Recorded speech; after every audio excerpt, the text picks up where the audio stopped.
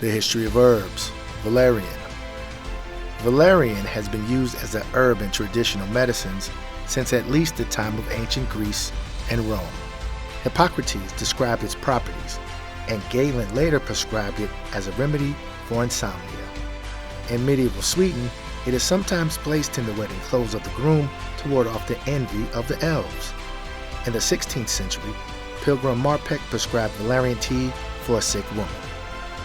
John Gerald's Herbal, or General History of Plants, first published in 1597, states that his contemporaries found valerian excellent for those burdened and for such to be troubled with croup and other like convulsions, and also for those that are bruised with falls. He says that the dried root was valued as a medicine by the poor in the north of England and the south of Scotland. The 17th century astrological botanist Nicholas Culpeper recommended both herb and root and said the root is good for those troubled with cough. It is also of special value against the plague. The green herb being bruised and applied to the head taketh away pain. The European Medicines Agency, EMA, approved the health claim that valerian can be used as a traditional herb to relieve mild nervous tension and aid sleep.